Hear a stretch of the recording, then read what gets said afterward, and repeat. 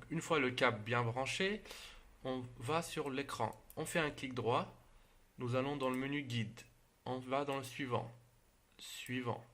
Donc là, on va faire un test réseau. Il faut que vous ayez la passerelle, le réseau et le DNS. OK. Une fois que ce test est OK, vous pouvez passer à suivant. Autrement, s'il n'est pas OK et que votre câble est bien branché, vous allez sur l'onglet réseau. Vous veillez à ce que le DHCP soit activé. Ça voudrait dire que la box internet va donner une adresse disponible au boîtier DVR. Donc vous confirmez et vous refaites le test. À partir de ce moment-là, vous faites suivant. Ok. Là, bon, bah, je vais vous mettre ça en visu. Je fais un clic droit. Je vais dans le menu. Je vais dans le système alarme. Donc, je vais vous expliquer. Donc là, il y a la détection de mouvement. Il y a le blended qui est le blindage, donc le masquage de la caméra et perte pour la perte vidéo. Pour la détection de mouvement, je peux choisir quelle caméra régler. Donc on est sur la caméra 1, je l'active. La sensibilité de la caméra, on a plusieurs levels. Si jamais vous trouvez que ça déclenche trop souvent pour un petit oiseau, un chat, donc on peut régler ici la détection. On peut configurer la zone. Par exemple ici, j'ai juste activé la route. Donc tout ce qu'il y a autour en cas de détection de mouvement, ça ne déclenche pas d'alarme. Si, donc, pour régler, c'est simple. Attendez, je le refais. Voilà. Donc moi, par exemple, je veux surveiller que la route. Je viens ici avec ma souris, je reste appuyé sur mon curseur et hop, je dis en cas de passage sur la route, je déclenche une détection de mouvement. Je fais un clic droit, je confirme. Donc je reviens sur ma détection de mouvement. La période. Si je veux avoir une détection de mouvement sur une période précise, en un jour précis, je peux configurer. Donc ici, on a tous les jours de la semaine et on a des plages horaires pour dimanche, par exemple. Donc ici, on va voir notre petit calendrier. On peut dire que de minuit à 1h du matin, je veux activer la détection de mouvement. Qu'après, je ne l'active pas.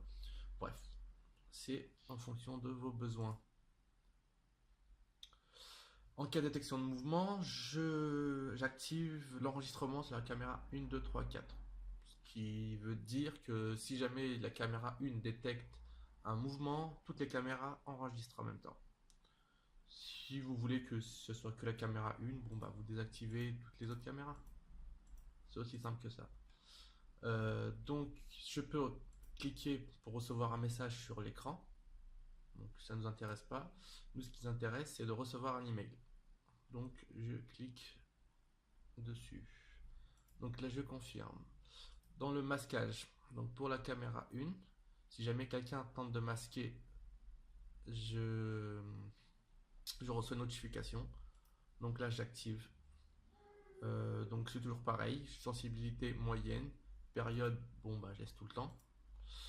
L'enregistrement sur la caméra 1, 2, 3, 4. Si jamais la caméra 1 surveille la caméra 2, donc s'il y a quelqu'un qui essaye de masquer une caméra, ben, la caméra 2 pourra enregistrer la personne. Donc je reçois aussi un mail. Donc là je confirme. En cas de perte vidéo, j'active. Je déclenche un enregistrement de toutes les caméras et je veux recevoir un mail.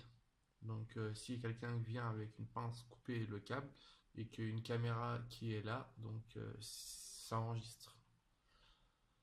Je confirme. Donc vous avez bien suivi, j'espère. Sinon, vous pouvez toujours revenir en arrière. Euh, Nous allons passer au paramétrage du SMTP, donc du paramétrage de la configuration adresse mail. Donc je vais dans service, d'accord. Mobile, non c'est activé, nuage. Donc il faut que le cloud soit connecté, donc lié. Je vais dans les paramétrages, email, paramétrage, SMTP. Donc je clique dessus. Là, je suis sur une adresse Yahoo. Donc le SMTP de Yahoo, c'est smtp.mail.yahoo.com. J'active bien le SSL, donc la sécurité. Donc ça met le port 465. Le nom du compte email, donc c'est devsilinfo@yahoo.com, le mot de passe. Donc c'est notre mot de passe de notre boîte email. Donc l'expéditeur, c'est le même nom que l'utilisateur. Et le destinataire, ça peut être l'émetteur qui est le destinataire. Donc c'est vous qui vous envoyez à vous-même, ou sinon vous pouvez mettre d'autres adresses mail. Donc la vôtre, celle de votre ami, votre femme, pour recevoir une notification. À partir de ce moment-là, donc je fais un test courrier. Donc le nom, il y a une erreur. C'est tout à fait normal. Yahoo a eu récemment, il y a moins de 6 mois, une attaque de ses serveurs, donc a décidé d'endurcir sa politique de sécurité. Donc il n'y a rien de grave. Donc je vais sur mon PC. Attendez, je vais vous montrer en même temps. Sur mon PC, j'ai reçu sur mon compte une tentative de connexion. C'est tout à fait normal, c'est moi. Donc je veux désactiver la sursécurité parce que bon, je vais dans ce lien qui est mon compte Yahoo. Donc je me reconnecte, hein. Donc, ici, je vais dans mon compte Yahoo. Donc voilà.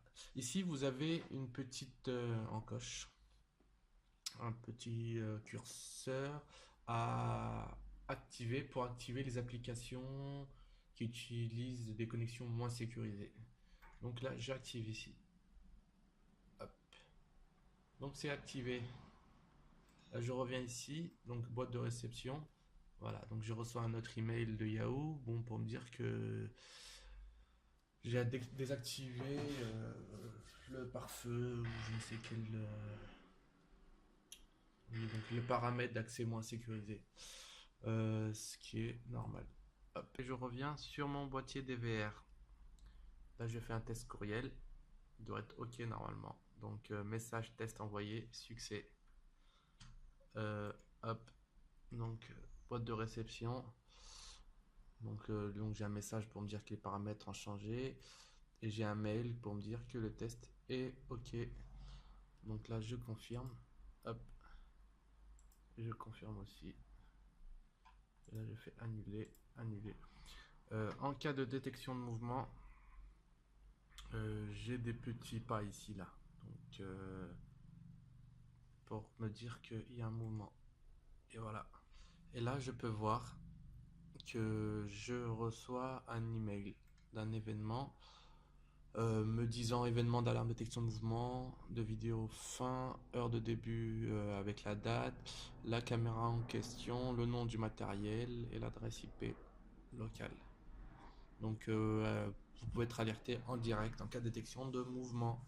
C'est intéressant un peu d'avoir un compte à part pour pas spammer votre boîte email. Car avec le nombre d'emails que vous pouvez recevoir en cas de détection de mouvement, ça peut vite saturer votre boîte email. Donc c'est toujours bien d'avoir une boîte email exprès pour ça. Donc en l'occurrence Yahoo, vu que vous avez vu la méthode afin de recevoir les emails. Donc merci à vous, à très bientôt dans de prochaines vidéos.